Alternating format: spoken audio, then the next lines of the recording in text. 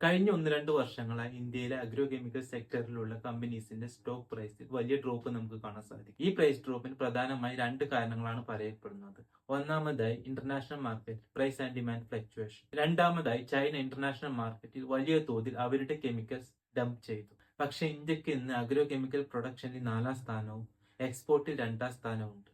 അതുപോലെ തന്നെ ലോകത്തിലെ ഏറ്റവും വലിയ പോപ്പുലേഷനെ നമുക്ക് ഫീഡ് ചെയ്യേണ്ടതായിട്ടുണ്ട്. അതിനാൽ തന്നെ വളരുന്ന പോപ്പുലേഷന്റെ ഡിമാൻഡ് ഫുൾഫിൽ ചെയ്യുന്നതിന് വേണ്ടി അഗ്രോ കെമിക്കൽ ഇൻഡസ്ട്രി വലിയ ഗ്രോത്ത് കാണിക്കേണ്ടത് അത്യാവശ്യമാണ്. ഇനി ഡാറ്റ നോക്കുകയാണെങ്കിൽ ഈ ഇൻഡസ്ട്രി 2023 കണക്ക് പ്രകാരം $7.9 ബില്യൺ. 2028 അത് ഏകദേശം $12.5 ബില്യൺ ആവും. ഈ സെക്ടറിലെ മാർക്കറ്റ് ലീഡറാണ് PI ഇൻഡസ്ട്രീസ്. കഴിഞ്ഞ ഏതാനും ക്വാർട്ടറുകളിൽ മികച്ച പെർഫോമൻസ് കമ്പനി കാഴ്ചവെച്ചിട്ടുണ്ട്. ഇനി വാല്യുവേഷൻ നോക്കുകയാണെങ്കിൽ കമ്പനി നമുക്ക് ഇന്ന് ചീപ്പ് പ്രൈസിനാണ് കിട്ടുന്നത്. ഫിനാൻഷ്യൽ മാർക്കറ്റ് അറിവുകൾക്കായിട്ട് ഈ ചാനൽ ഫേസ്ബുക്കിലും ഇൻസ്റ്റാഗ്രാമിലും ഫോളോ ചെയ്യുക, യൂട്യൂബിൽ സബ്സ്ക്രൈബ്